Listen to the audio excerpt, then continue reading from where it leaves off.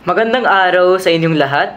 Ngayon ay tatalakayin natin ang mahalagang pangyayari sa Noli Me Tangere ni Dr. Jose Rizal, particular sa Kabanatang 7 hanggang 8. So, simulan na natin. Kabanatang 7, Siyuan sa Aseteo.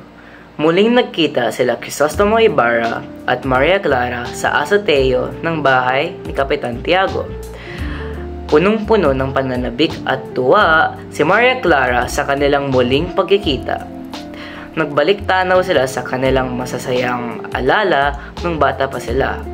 Bagaman masaya si Ibarra, may bahagyang lungkot pa rin siyang nararamdaman dahil sa sinapit ng kanyang ama. Sa kabila nito, pinakong nilang dalawa na manatili sa kanilang pagmamahalan. Dumako naman tayo sa Kabanatang 8, mga alala. Nagalakad-lakad si Ibarra sa tabi ng isang lawa habang inaalala niya ang kanyang yumaong ama na si Don Rafael Ibarra.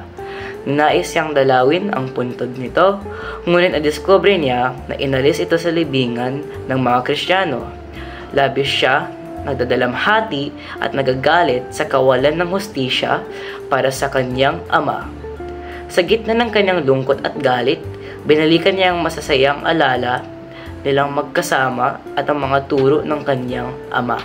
Makikita natin sa dalawang kabanatang ito ang matinding emosyon ni Ibarra mula sa kasiyahan ng muling pagkikita niya kay Maria Clara hanggang sa matinding hinagpis sa pagkawala ang kanyang ama. Ano kaya ang masusunod na mangyayari? Abangan natin sa mga susunod na kabanata o sa susunod na mga reporters. Ako nga pala si Job Sanares from Grade 9 Chronicles, nag-uulat para sa inyong Noli Me Tangere report at maraming salamat sa inyong pagkikinig. Bye-bye!